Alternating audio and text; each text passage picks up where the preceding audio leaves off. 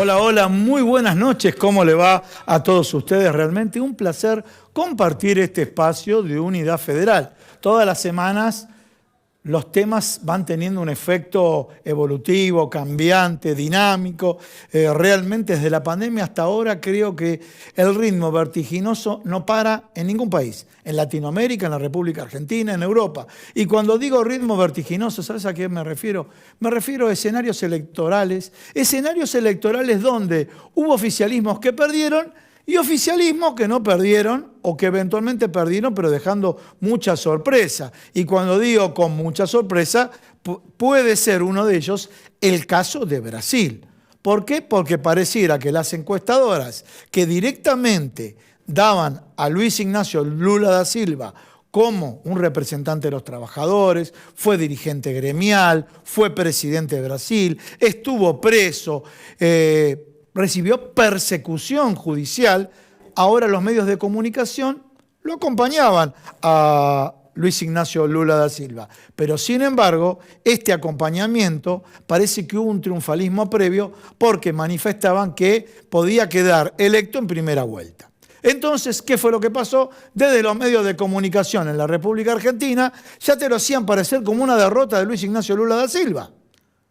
Y cuando uno mira el vaso lleno, el vaso vacío, diría, en la primera vuelta no ganó, como decían erróneamente las encuestadoras, pero sin embargo le faltaba 1,5 puntos para ser electo presidente.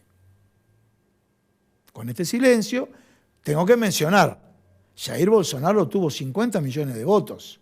No es un dato menor, no es un partido que recién nació, no es un partido que vino y va a desaparecer. Suponiendo que en el balotaje gane Luis Ignacio Lula da Silva, nos vamos a encontrar un partido muy importante comandado por Jair Bolsonaro. Un Jair Bolsonaro que todavía no dijo que si sería derrotado aceptaría el triunfo, pero un Jair Bolsonaro que tuvo, que lo vamos a ampliar ahora con un analista internacional, bueno, que eligieron gobernadores, en la cual eligieron integrantes del Senado e integrantes de la Cámara de Diputados. ¿Por qué menciono todo esto en un programa de contenido nacional? Porque, bueno, el contexto de Latinoamérica, de alguna manera, dicen algunos, que puede marcar o no una tendencia. Yo soy poco crédulo de que el contexto de Latinoamérica marque una tendencia. La realidad de cada país es la que marca el ritmo. Por ejemplo, me meto en materia económica. Y cuando me meto en materia económica, lo puedo asociar o no con las elecciones en Brasil. Jair Bolsonaro, ¿saben lo que tuvo los últimos 2 meses? Deflación. Y bajó los impuestos a la energía.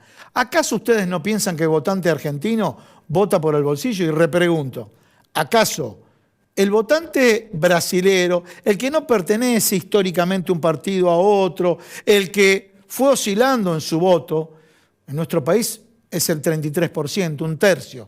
A nivel Brasil no sé cuánto, no sabemos cuánto es el número de ese voto oscilante que pudo haber ido a Lula, pudo haber ido a Jair Bolsonaro, va cambiando de acuerdo al escenario que se presente. Entonces, el efecto bolsillo, ¿cuánto impactó o no impactó en las elecciones de Brasil? Un Brasil que tiene muchísimos desafíos y cuyo balotaje se va a realizar el día 30 de octubre. Volvemos a la República Argentina. ¿Por qué volvemos a la República Argentina? Porque las declaraciones de Facundo Manes generó mucho ruido en Juntos por el Cambio. Y cuando digo que generó mucho ruido en Juntos por el Cambio, porque mencionó que hay que hacer una autocrítica, mencionó que hemos tenido actos de espionajes que deben ser relacionados con el Poder Judicial, que debe ser independiente, palabras más, palabras menos de lo que dijo Facundo Manes. Incluso agregó que nuestros propios dirigentes fueron espiados. Y esto generó un ruido en Juntos por el Cambio que saltó la Unión Cívica Radical con un comunicado diciendo, muchachos, bajemos un cambio ahora, porque si nos peleamos ahora le damos de comer al frente de todos. No utilizo esa palabra, pero ustedes sabrán interpretarme que por qué buscó la Unión Cívica Radical ponerle paños fríos a los comentarios de Facundo Manes. Vamos a la economía, y yendo a la economía nos encontramos que la inflación todavía no se dio a conocer el dato exacto del mes de septiembre, pero un número que está en el 7%. 6,7, 6,8, la tendencia es que se desaceleró muy poco. Y cuando se desacelera poco, las perspectivas para el año 2023 también son dolorosas. Y cuando digo perspectivas dolorosas, pasa que se dio a conocer el dato de que la pobreza no aumentó, disminuyó muy poquito, pero creció la indigencia. Pero siempre estamos trabajando con indicadores atrasados. El próximo, si hubiera un repunte de la actividad económica, vamos a conocer en noviembre indicadores de este momento que estamos pasando, donde se agravaría la pobreza y se agravaría la indigencia. Y también es absolutamente discutible indicadores de pobreza e indigencia medidos por números, ¿no? La escala marca, a ver, en promedio, familia tipo de 4 personas, 119.000 pesos para no ser pobre, y un indicador que es superlativo, y para no ser indigente, 54.000 pesos. Otro indicador que es superlativo. Pero bueno, se dieron a conocer esos indicadores, es importante que lo mencionemos en este programa. Otro de los temas, ¿qué es lo que está pasando? Y lo que está pasando que los sueldos van atrás de la inflación. Y ahí hubo una disputa la semana pasada con el sindicato de neumáticos y los empresarios del sector, casualmente por el tema paritarias, y hubo una advertencia por parte de Pablo Moyano diciendo que las paritarias de neumáticos, ¿por qué? Porque en una semana lo que pasó era que no había neumáticos, que se cortaba la producción del sector automotriz, escuchen esto, y que empezaron a robar neumáticos, pasaron algunos medios de comunicación el robo de neumáticos en un shopping de Avellaneda. Obviamente siempre hay oportunismo mediático, oportunismo político y demás. Pasó el conflicto y ya no hay más robos de neumáticos como lo habían planteado o la cantidad de robos que habían dicho que podían ocurrir. Bueno, así es la República Argentina en una semana. ¿Por qué digo en una semana? Porque nosotros estamos de alguna manera chipeados, mentalizados a normalizar una inflación del 85%, porque con un buen dato las previsiones para el año que viene serían una inflación del 60%. La pregunta que me hago, con una inflación del 60%, ¿tiene alguna chance electoral el Frente de Todos?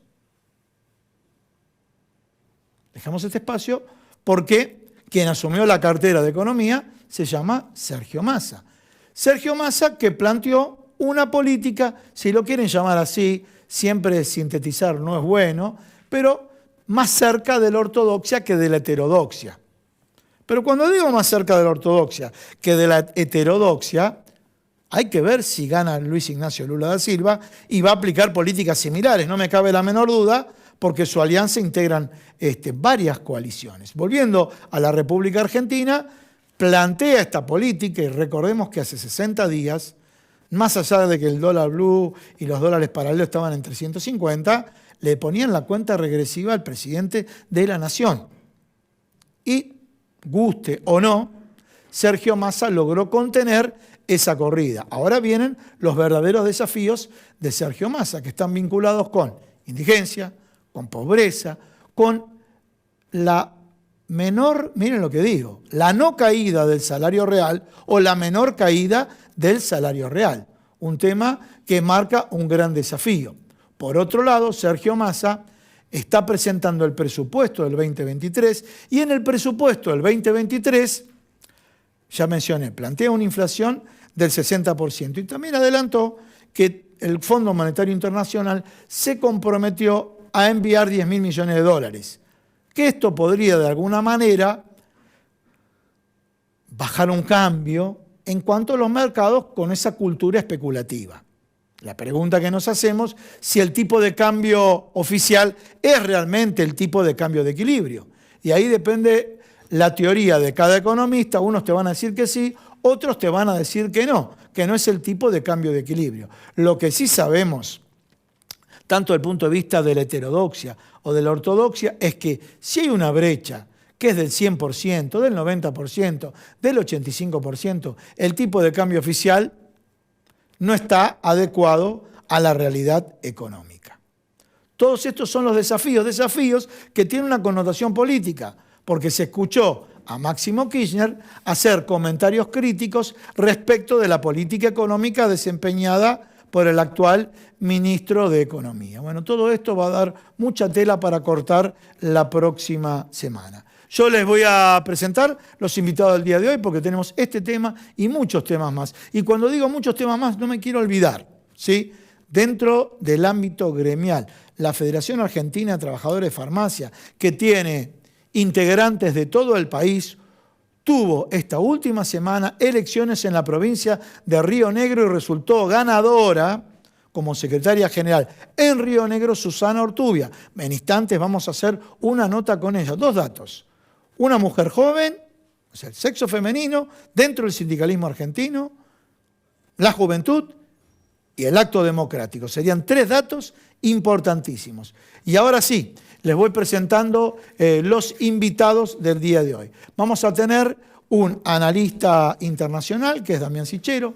Vamos a plantear, a ver, su visión de este acto eleccionario. Después vamos a tener a Sergio Chousa, que es economista de la Universidad Nacional de Avellaneda, que nos plantee, bueno, cómo está viendo él la situación económica del país. Principalmente el ONDAF emite muchos informes económicos y también le vamos a hacer una entrevista a Susana Ortubia, como lo mencioné hace un ratito, secretaria general electa por Río Negro, integrante de la propia federación. Señores, se quedan acá porque en instantes comenzamos con Unidad Federal.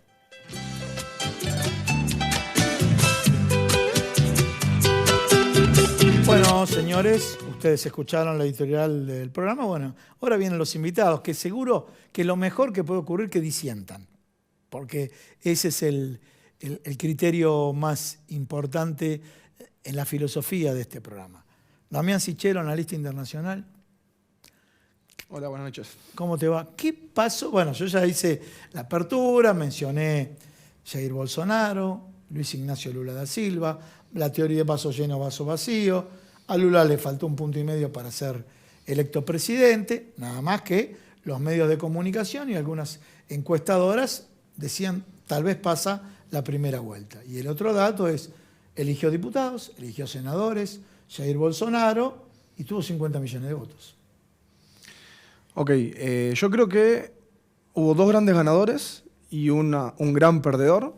Empecemos por el perdedor. El perdedor o los perdedores, las perdedoras son las encuestadoras. Las encuestadoras casi todas acertaron en que Lula iba a sacar aproximadamente entre el 46 y el 48%, sí, pero le erraron a grandes rasgos en la diferencia con Jair Bolsonaro. Las encuestadoras más pesimistas le daban a Lula una victoria con 8 puntos de diferencia y las más optimistas más de 14 puntos de diferencia, cuando la diferencia real fue del 5%, raspando. Desde el lado de Bolsonaro, ahora se sienten un poco envalentonados y dicen que ellos tenían razón respecto a sus acusaciones contra las encuestadoras. Bolsonaro dice que generan tendencias, que están manipuladas para justamente hacer creer que va a ganar Lula. Así que esto es como que él se siente respaldado por lo que pasó. La explicación un poco más, técnica, la podemos encontrar en lo que es el voto vergüenza, que es que mucha gente de la población brasilera está cómoda con la actualidad económica y la actualidad social de Brasil, pero no se animan a decir que votan a Bolsonaro, porque hoy en día Bolsonaro está asociado con la extrema derecha y para evitar críticas o lo que serían peleas familiares en cualquier ámbito, uno no dice a quién va a votar, pero en realidad muchos respaldan las políticas bolsonaristas y por eso sacó tantos votos, 50 millones y tan alto porcentaje. Así que bueno, los perdedores definitivamente son las encuestadoras y los dos grandes ganadores son Lula y Bolsonaro. Lula estuvo más de 500 días preso y sin embargo vuelve a competir en una elección presidencial y saca el 48% de los votos, el mismo porcentaje que sacó en 2006 cuando es reelecto, está más vigente que nunca, por lo tanto, incluso consiguió el récord de votos para una primera vuelta, o sea que es el gran ganador. Él lo mencionó en su discurso. Es el gran ganador de la jornada, pero se vio un poco opacada su triunfo por lo que fue la performance justamente de Bolsonaro. Ellos pensaban que iban a sacar más diferencia. Y Bolsonaro es el otro gran ganador, porque sacó 1,5 millones más de votos que en 2018, por lo tanto tiene más votantes que antes, y va a competir de lleno en lo que es la segunda vuelta. y tiene chances reales incluso de poder ganarlo. Pregunta, ¿no será que porque se instaló que iba a ganar Luis Ignacio Lula da Silva directamente, algunos se adelantaron y dijeron, bueno, yo tal vez tenía otra posición y le coloco el voto a Jair Bolsonaro? O sea, no le jugó en contra. A ver, vamos al debate. En el debate no era un debate mano a mano, eran todos los candidatos contra Lula. El debate tuvo esa característica, ¿por qué? Porque decían que iba a ser un ganador, como vos mencionaste, de 8 a 14 puntos de diferencia. Bueno, hay que pegarle al que va a ser ganador. Eso no juega también en este juego de números. Y después tenemos una centro derecha y una centro izquierda que tuvieron 3 y 4 puntos respectivamente. ¿Qué es lo que puede pasar con esos votantes? No con los que no votaron, sino con los que sí votaron. Bueno, en realidad... Fueron muchas preguntas, pero sintetizamos en dos, ¿sí? La previa, lo psicológico, ese debate de todos contra Lula, y la otra, bueno, los otros candidatos que estuvieron en contra de Lula, ¿qué van a hacer ahora? ¿Sí? Ok. Bueno, en lo que respecta a la previa de las elecciones, hubo 3 debates presidenciales. Al primero y el tercero fueron Lula y Bolsonaro, donde se cruzaron, obviamente, entre ellos, que eran los que tenían polarizada la elección. Pero al segundo debate faltó Lula y todos los candidatos que sí asistieron a ese debate criticaron duramente a Bolsonaro. Por lo tanto, no sé si los votantes de estos candidatos cambiaron su voto en último momento. Sí creo que mucha gente, como dije antes, ocultó su voto y por eso el porcentaje de Bolsonaro fue mucho más alto. Pero yo creo que ahora, de cara a la segunda vuelta, los votantes de estos candidatos, Ciro Gómez, Simona Tabet, tercero o cuarto lugar, se van a inclinar más por lo que es Lula, porque ellos son muy críticos de Bolsonaro y se identifican con lo que es el centro. Y Lula es de izquierda, pero está también más cercano al centro, mientras que Bolsonaro se considera extrema derecha y es muy difícil que logre captar más votos. Un dato que recién lo mencionaste, yo no creo que la base electoral se amplíe. Históricamente en Brasil vota el 80% de la población que está habilitada, y en esta primera vuelta el porcentaje fue del 80%. Por lo tanto, es muy poco probable que más gente vaya a votar. Puede pasar, seguro, puede pasar, no sabemos, pero no es una variable que esté confirmada. Por lo tanto, el balotaje va a definir entre los que votaron a otros candidatos y ahora tengan que elegir entre Bolsonaro y Lula. Lula sacó más del 48%, está muy cerca del 50%. Y acá un dato interesante es que nunca en la historia de Brasil, desde que volvió la democracia, 1985, el candidato que salió segundo logró revertir la tendencia. Siempre el que sale primero gana en el balotaje. Mantiene la tendencia. Así Pero es. también, como ese comentario lo escuché de colegas brasileños, también escuché otro que nunca, el que fue presidente también perdió cuando se propuso ser reelecto. Pero bueno, el balotaje es lo más reciente. Ser presidente tiene un gap, tiene un plazo de 4 años. Pregunta, hablaste de la juventud o hablaste del voto vergüenza. Antes la juventud, su rebeldía pasaba por la izquierda. Es tal cual en Argentina, en Brasil y en el mundo, o si querés en Latinoamérica, que la rebeldía pasa por la derecha. ¿Por qué digo esto? Ejemplo Milei, en Argentina. ¿Será Bolsonaro? Porque obviamente uno veía antes un acto de alguien que caminaba por las calles y demás. Ahora no, en moto, yendo en moto, era, el brasileño lo dice chiqui, que sería cheto, y bueno, pegó 50 millones de votos. Con esto, o sea, mientras con otros actos es quien está en medio de la gente, la masa, que lo abrazan, o sea, que el contacto, la transpiración, todo. Bueno, 2 enfoques diferentes y la juventud. Parece que el estímulo pasa o no pasa por la derecha. Hasta hace un par de años yo creo que estaba mal visto identificarse con la derecha y el que se identificaba con la izquierda es como que estaba en el bando correcto. Pero el problema es que los gobiernos de izquierda que hubo en Latinoamérica en las últimas décadas tuvieron graves problemas de corrupción, lo que les ha dado una muy mala imagen. Y hoy la gente, la principal bandera para oponerse a lo que es los gobiernos de izquierda es justamente la anticorrupción. En realidad, yo creo que hoy en día todavía la gente que es de derecha no está tan convencida de expresarse públicamente. Obviamente hay muchas más expresiones que hace un par de años, pero sin embargo está mal visto como decir, no, yo soy de derecha. Mientras que decir yo soy de izquierda pareciera que está bien. Y yo creo que la propia izquierda potenció este resurgimiento de la derecha porque, como hablamos la otra vez respecto a Chile, la izquierda se ha excedido en algunos reclamos, en algunas formas de manifestarse, y ha generado cierta impotencia o cierto enojo en las clases que no se sienten tan representadas. Bueno, mira, en tu respuesta, que estaba muy atento a la respuesta, lo voy a dividir en dos partes, ¿sí? Los errores que cometió la izquierda que potenció a la derecha, por un lado, y la primera parte asociado a la corrupción. Porque si yo te doy, ahora para que ustedes sepan, periodísticamente planteo mi teoría. La corrupción es transversal a la derecha y a la izquierda. Mi punto de vista, no sé si coincidís o no, mi punto de vista es que la izquierda, la derecha, maneja muy bien cómo tapar los actos de corrupción. Mientras que la izquierda, o sea, en la República Argentina, Panama Papers no es corrupción y los bolsos de López sí. Para mí los dos son. Y cuando estudiamos en economía, hay muchas figuras, por ejemplo, la licitación o correo, no me metan con correo, con autopistas y demás, donde le asegura un inversor el valor futuro de la acción es un escándalo en el mundo, pero acá no lo es. Acá eventualmente un escándalo real son los bolsos, pero también en el mundo los escándalos son las dos cosas. ¿A qué voy con esto? ¿No será que la izquierda es muy torpe con respecto a la corrupción, que es transversal a los militares cuando fueron gobiernos, a la izquierda, a la derecha, todo, pero la derecha sabe capitalizarlo? Esa es la primera parte. ¿Lo capitaliza bien la derecha eso?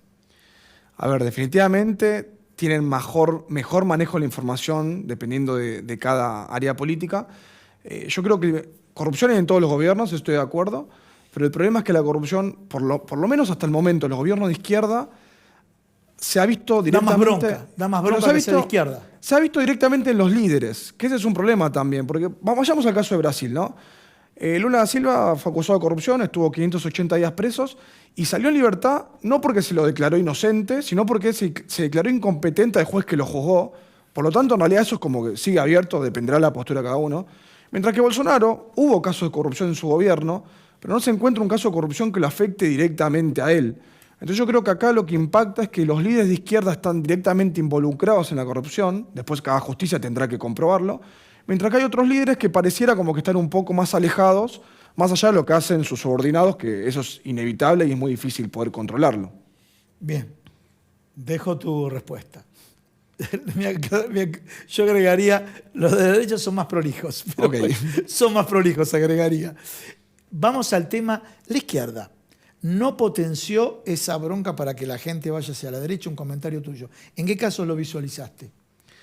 A ver, vamos a un caso concreto de la Argentina, ¿no? Cada vez hay más niveles de violencia, de robos, y muchas veces escuchamos esa parte de la población que defiende al delincuente porque es un marginado social, porque no tuvo las mismas oportunidades. Y eso genera bronca. Y eso genera bronca, porque la gente, a ver, yo entiendo que es cierto eso, hay mucha gente que no tuvo las oportunidades que tenemos otras personas. Pero no me quites mi oportunidad. Pero no me quites la vida, no me quites lo que yo conseguí por esfuerzo. Exacto. Y bueno, la izquierda con ese tipo de discursos, el discurso, por ejemplo, en Chile de darle identidad a los pueblos originarios por sobre los chilenos, o discutir el tema del aborto cuando es un tema aparte que no puede estar metido en una constitución, como fue el caso de Chile. No es todo un gran todo donde yo puedo meter lo que quiera, sino que hay temas que merecen discusiones aparte. Y yo creo que lo que ha logrado Bolsonaro, y por eso tiene un gran apoyo, es frenar un poco ese avance de la izquierda en, bueno, avancemos y consigamos todo. Y por ejemplo, metamos en una licuadora todo. Claro, y Bolsonaro, por ejemplo, el tema de la libre exportación de armas. En Estados Unidos eso es algo normal. Bolsonaro quiere implementarlo en Brasil. Yo no sé si eso resuelve o no resuelve el tema de la delincuencia o el tema... Pero seguramente la población, cansada de que le roben y viendo que hay otros bloques que defienden a estas personas que a veces delinquen, dicen, bueno, por lo menos este candidato me da una forma de defenderme, aunque yo esté o no de acuerdo. Y yo creo que, bueno, justamente la izquierda es la que termina generando que la derecha dé soluciones todavía más radicales que lo que la izquierda produce, la izquierda, sugiere, hasta que esto se potencie a un nivel de violencia como ocurre en Brasil, que cada 2 o 3 semanas hay un muerto de alguna de las dos facciones. Muchísimas gracias, Damián. Gracias por la invitación. Señores, vamos a un pequeño corte ahora en instantes. Lo tenemos a Sergio Chousa, vamos a hablar de economía.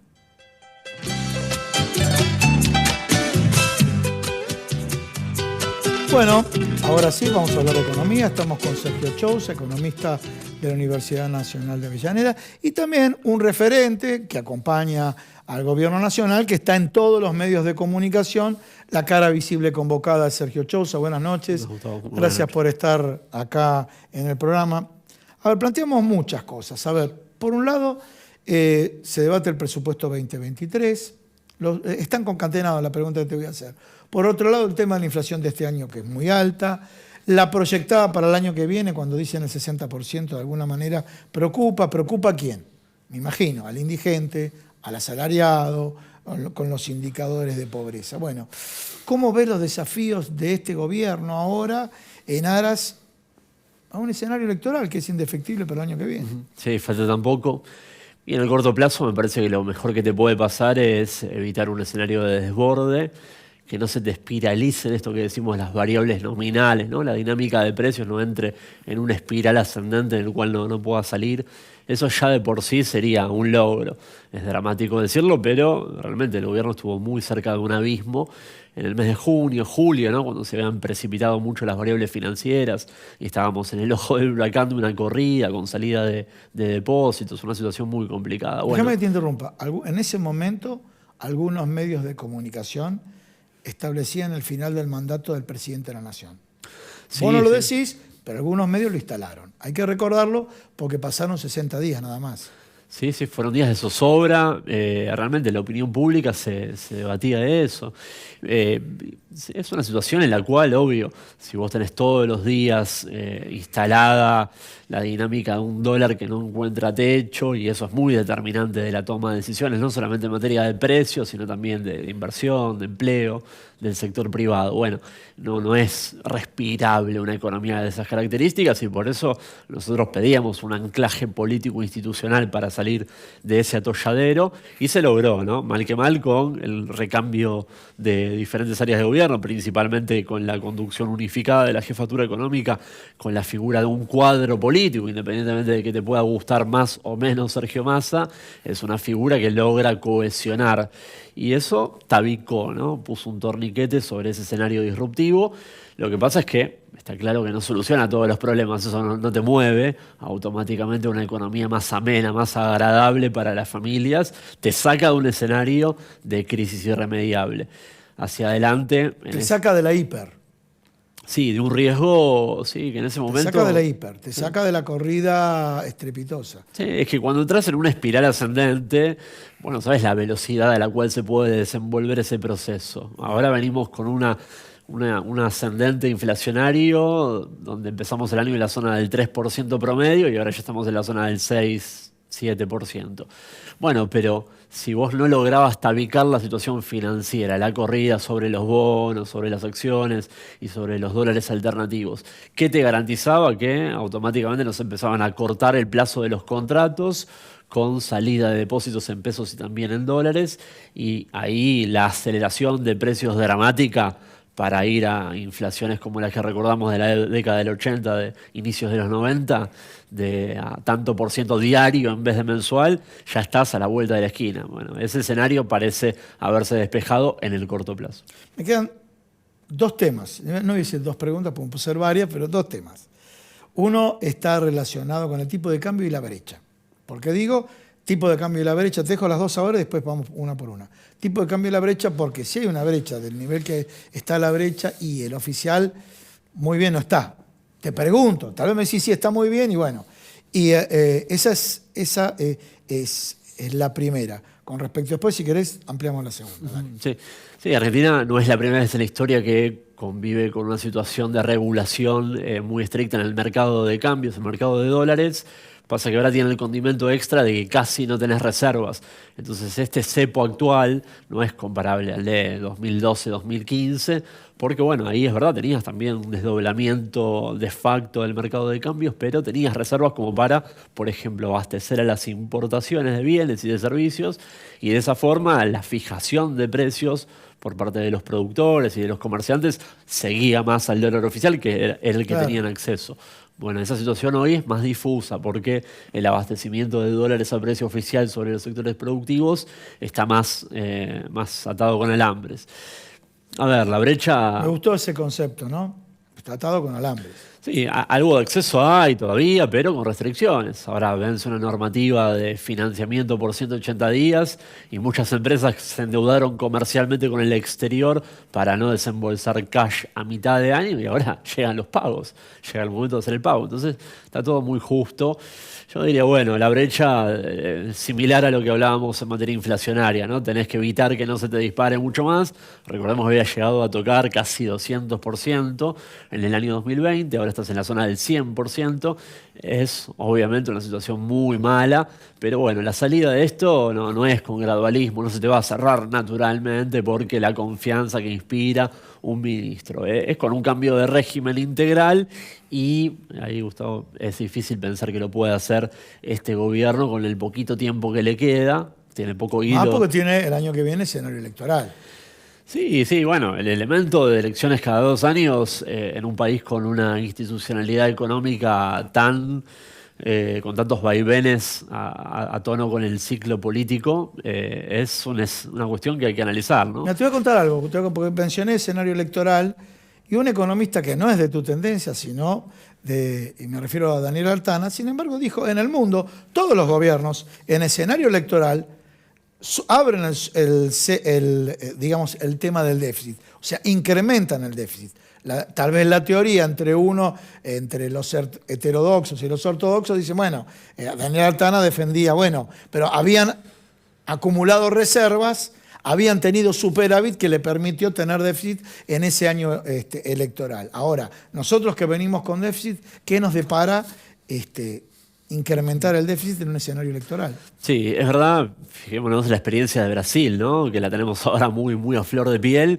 Y claro, los buenos logros económicos y cierta afinidad por parte de la ciudadanía, por el hecho de que la economía está mejorando, viene por el lado de que está haciendo un programa fiscal muy expansivo. Argentina tiene un sendero de reducción del déficit desde ese pico del 7% de 2020, en el momento en el cual todos los países incurrían en el déficit. Tenemos que llegar a 0 en base al programa con el Fondo Monetario. ¿A qué año hay que llegar a 0? 2025. Es bien gradual, ¿no? No es algo muy exigente. De hecho, el cumplimiento de la meta fiscal para este año y para 2023 no es muy difícil. Yo tendría a pensar incluso que con el sesgo que le da el viceministro de Economía, que tiene un perfil un poco más ortodoxo, hay posibilidades de que busque sobrecumplirla el año que viene y acercarse un poquito más a 0. Gabriel Rubinstein, ¿te referís? Sí. Yo creo que van a intentar sobrecumplirla, pero por eso... Pero mirá que recibió una crítica, por ejemplo, a Máximo Kirchner hace poco, ¿eh? Sí, bueno, tensiones en el frente de gobierno van a seguir habiendo, estuvieron desde el día 0. Lo que pasa es que también, viste, yo creo que hoy lo que mejor puedes hacer para mejorar la calidad de vida de la ciudadanía es tratar de anclar la dinámica inflacionaria. Después, si el Estado gasta medio puntito más o medio puntito menos, donde además es mayormente gasto de capital, bien, obras. Bien, ahí te entendí, está perfecto, pero por los tiempos televisivos, porque me encanta escucharte.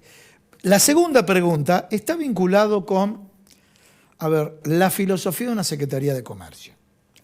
En otro programa podemos discutir si son los empresarios, los que especulan con el sobreprecio por inflación, lo que fuera, o que tienen superutilidades en un contexto inflacionario, sino el rol de la Secretaría de Comercio. ¿Vos la ves convencida? Porque acá, para poder acortar los precios, hay que sentarse y plantarse. No importa, no quiero mencionar figuras repetidas que ya estuvieron en la Secretaría de Comercio, pero hay que sentarse con conocimiento de cada cadena de valor y plantarse. Hoy por hoy veo que de la Secretaría de Comercio el tema de decirle, no, quiero precios cuidados, pero de las marcas y algunos pocos productos y demás, entonces con ese mensaje le están diciendo, flaco, hacé lo que quiera en materia de precios. Bueno, vale recordar que es el 5º secretario de Comercio Interior. ¿Y eso qué significa? Y eso a mí me da la pauta de que evidentemente no hay nombres providenciales. De hecho, hemos tenido algunos de perfil más alto, más bajo, sí, algunos que eran, entre comillas, más intervencionistas y tenían una postura más, un gesto más adusto, y otros que eran un poco más light, sin mucho renombre.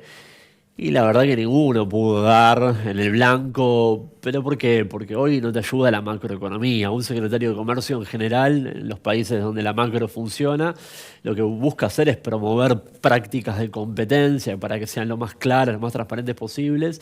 Y si se quiere, en materia de precios, ayudar a disminuir un poco la volatilidad, que hayan referencias un poco más fijas, claras, sí, más sí, claras. sí, sí. Bueno, en Argentina, en este contexto en particular, lo mejor que puede hacer el secretario de Comercio es que los acuerdos como precios cuidados se cumplan, tengan algún grado de abastecimiento y no mucho más. Yo creo que hay que salir de esto con un acuerdo de precios y salarios de verdad. La figura de Sergio Massa podría contribuir a eso, pero si en simultáneo vos no trabajás el pilar macroeconómico, no te alcanza. Ese voluntarismo a las 2 semanitas naufraga.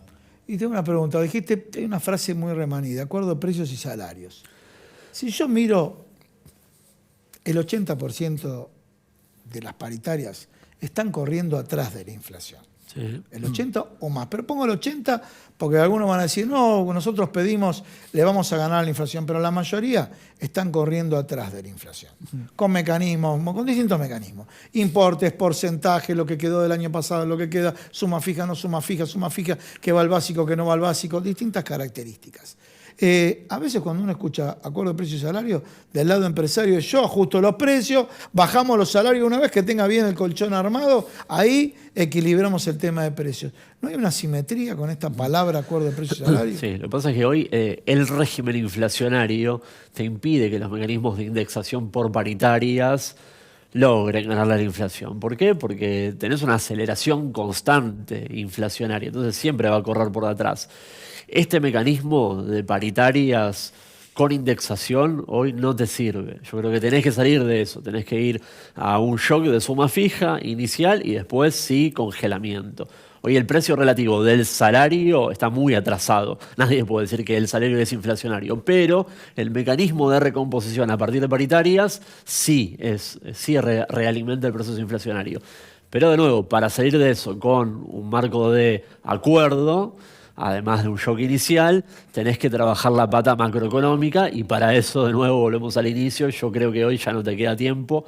Bueno, habrá que esperar para eso a diciembre de 2023 con un cambio de administración, sea quien sea el que gane. Yo creo que lo va a hacer cualquier gobierno, sea cual sea el color político que gane, va a hacer todas las medidas de shock en el primer momento. Muchísimas gracias, Sergio. A vos. Señores, vamos a un pequeño corte, quédate con nosotros.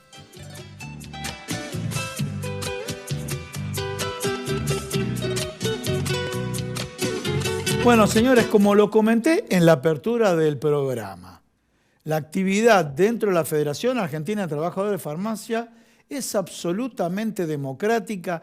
En todas las provincias del país se eligen autoridades. Y cuando digo esto, que es en todas las provincias del país, hoy los vamos a focalizar en Río Negro.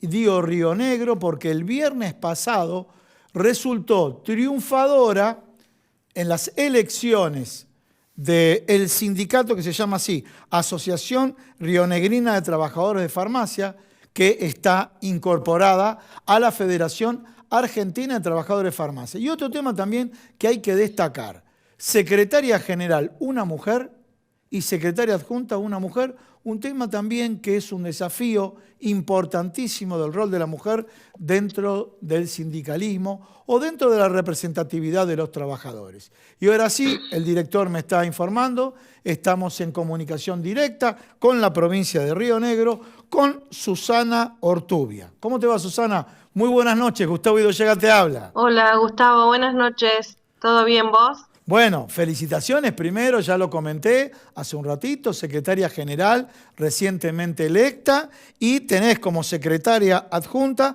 a Lorena Vanessa Foix. Bueno, realmente muchísima actividad y grandes desafíos para ustedes de aquí en adelante. Sí, muchas gracias.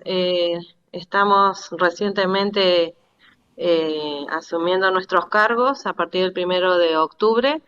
Y sí, como vos dijiste, la lista la encabezamos dos mujeres, que somos las que vamos a dar la lucha junto a los compañeros para defender los derechos de los trabajadores.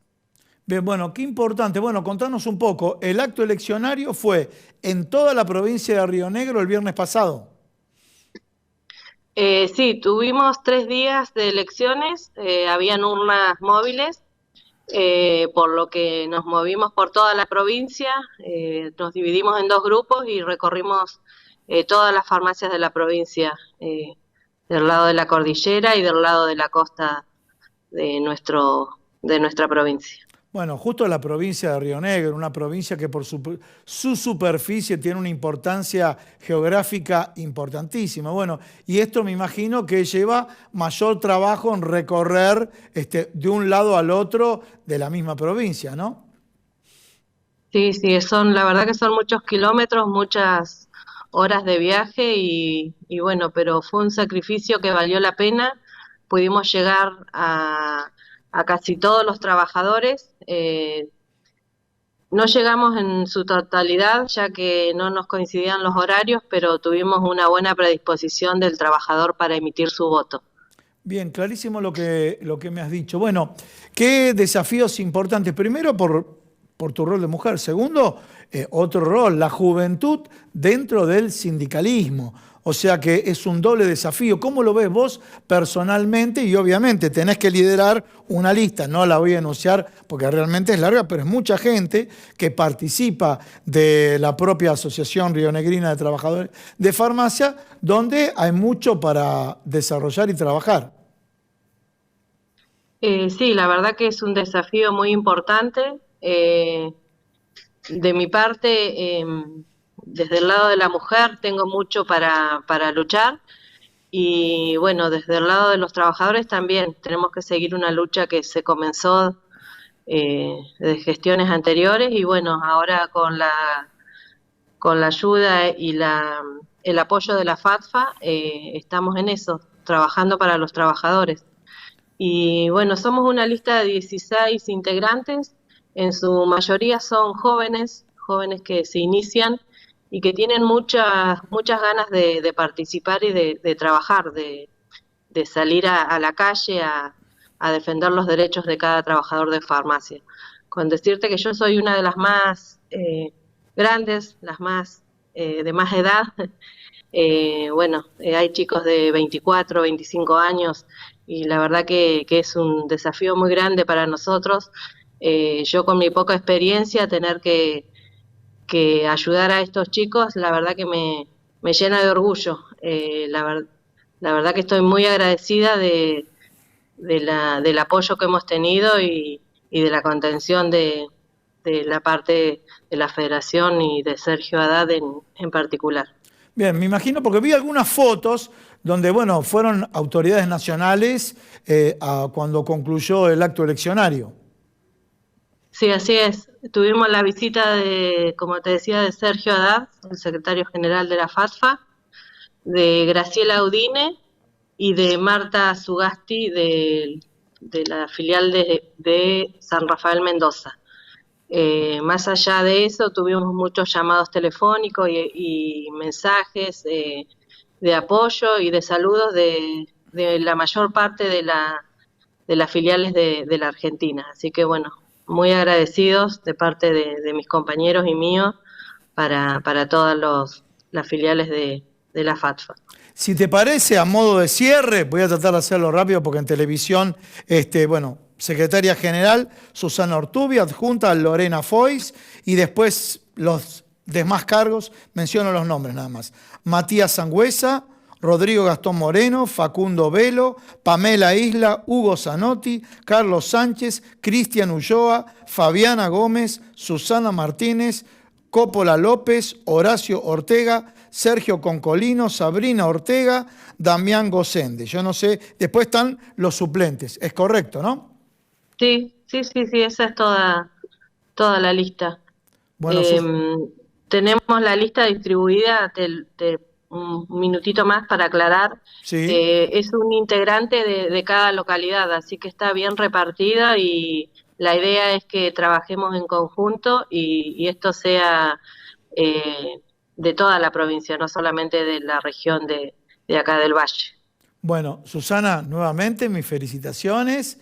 Bueno, muchas gracias. Es tu programa, así que ya planteaste y seguro te convocaremos a futuro. Bueno, muchas gracias, Gustavo, un placer y gracias por la invitación. Bueno, y también nos queda pendiente, aprovechamos este espacio para pasar los chivos, también nos queda pendiente que invites acá a todo el equipo de Unidad Federal, que vayamos a la provincia de Río Negro, ¿eh? Bueno, desde ya están invitados. Nosotros tenemos un predio acá en la ciudad de Allen, muy lindo, para Mira, compartir un asado. mira. Así que cuando ustedes quieran, están invitados, a vos y a todo tu equipo. Bueno, muchísimas gracias. Estuvimos con Susana Ortubia, secretaria general de la Asociación Rionegrina de Trabajadores de Farmacia. Vamos a un corte.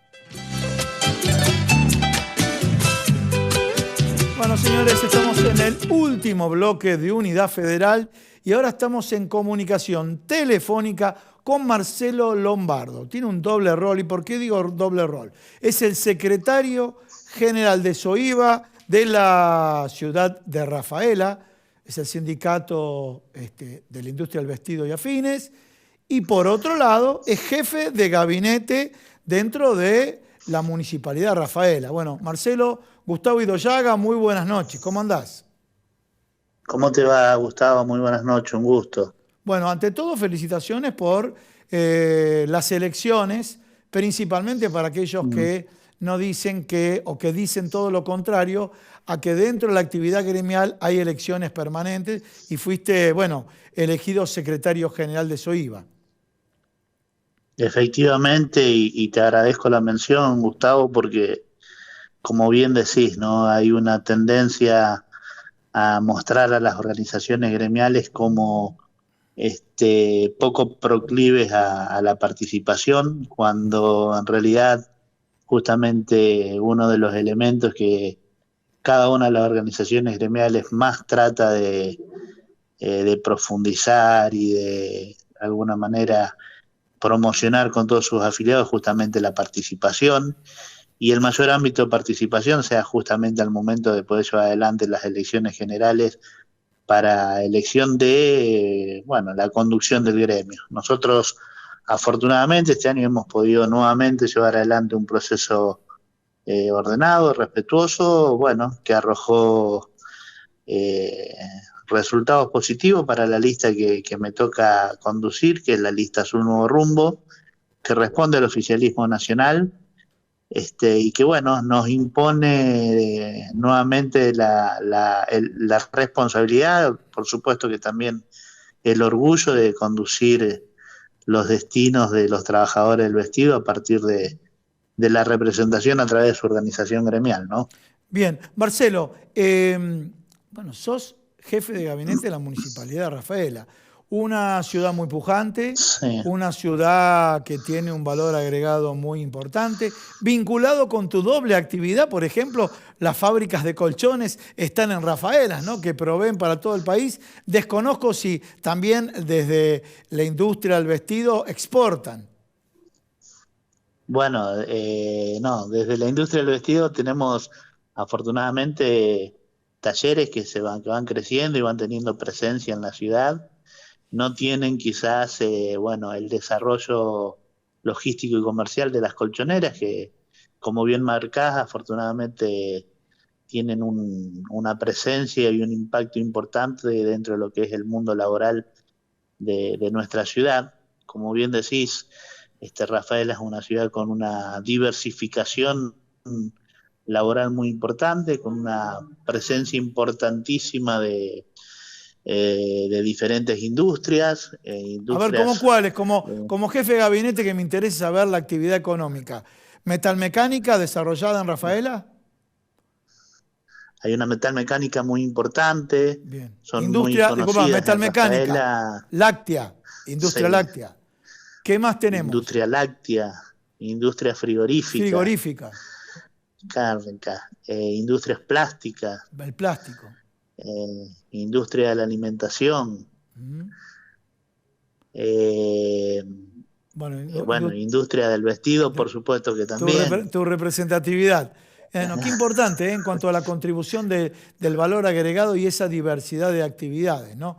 Esto ha posibilitado... Sí. Sí, perdón. No, digo que esto ha posibilitado que en momentos de crisis se pueda dar una movilidad de trabajadores y bueno, aquella industria que pasa por algún proceso complicado y que se ve muchas veces en la obligación de, bueno, generar algún tipo de reducción y de desempleo. Bueno, afortunadamente tenemos otras industrias que pueden ir absorbiendo esa mano de obra y ahí se da una sinergia importante que, bueno, esperemos se pueda sostener en el tiempo. Ojalá que nunca pasen, uno desea que ninguna de las industrias tenga que pasar por algún proceso de crisis, pero lamentablemente esas situaciones suelen ocurrir y esta diversidad hace que, bueno, afortunadamente podamos tener alternativas para generar oportunidades de empleo para cada uno de los ciudadanos de la ciudad. No, qué importante lo que estás manifestando. Yo te quería hacer esta pregunta. Obviamente, comenté los datos del INDEC, pero uno tira un promedio Sí. y los promedios nunca, o sea, son representativos de cada ciudad, de cada región. El caso de indigencia, el Sí. caso de ocupación, ¿cómo fue en la ciudad de Rafaela? Mira, justamente hace unos pocos días, nosotros dentro del ámbito ciudadano tenemos un espacio participativo institucional que denominamos el Consejo Consultivo Social de la Ciudad, un espacio donde participan la gran mayoría de las instituciones ciudadanas, desde el ámbito laboral, desde el ámbito empresarial, desde el ámbito educativo, cultural, organizaciones sociales, el credo, organizaciones vinculadas a distintos cultos. Bueno, en definitiva un amplio abanico y tuvimos oportunidad de presentar en esta ocasión lo que fue el último relevamiento socioeconómico que hace el ICEDEL, que es un instituto de capacitación y formación de estadística que tenemos en la ciudad. Y que bueno, en un primer análisis de presentación de lo que fue al menos todo lo relacionado al mundo del trabajo, bueno, nos sigue arrojando datos positivos con un desempleo que está por debajo de la media nacional, Claro. rondando los 6,2 de desempleo, y eso la verdad que nos alienta a seguir trabajando en este sentido. Yo siempre quiero destacar y resaltar que en esta última etapa hubo un trabajo muy intenso y muy fructífero, comandado por la Secretaría de Empleo del Estado Municipal, pero coordinando con las organizaciones gremiales de la ciudad, como así también con las distintas cámaras empresariales, y que permitió a través de la utilización de diferentes programas de empleo, muchos de orden nacional, otros de carácter provincial y algunos incluso de carácter municipal. Bueno, a través de la utilización de estos programas de empleo se han podido ir generando la incorporación al mundo de trabajo de numerosos ciudadanos rafaelinos, y eso termina, bueno, repercutiendo en que esa tasa de desocupación siga disminuyendo. No es producto de la casualidad, es producto de, bueno, un desarrollo productivo importante, acompañado por un Estado que toma justamente al empleo, fundamentalmente vinculado con la educación, como dos pilares fundamentales para el desarrollo de sus ciudadanos, ¿no? Entonces, hacer foco en estos dos, yo diría, ejes troncales, como es la educación y como es la producción y el empleo, nos permite, bueno, seguir disfrutando de un desarrollo de la ciudad que va acompañando el crecimiento natural que viene teniendo. Y como siempre decimos, no es lo mismo una ciudad que crece que una ciudad que hace crecimiento lo acompaña con desarrollo.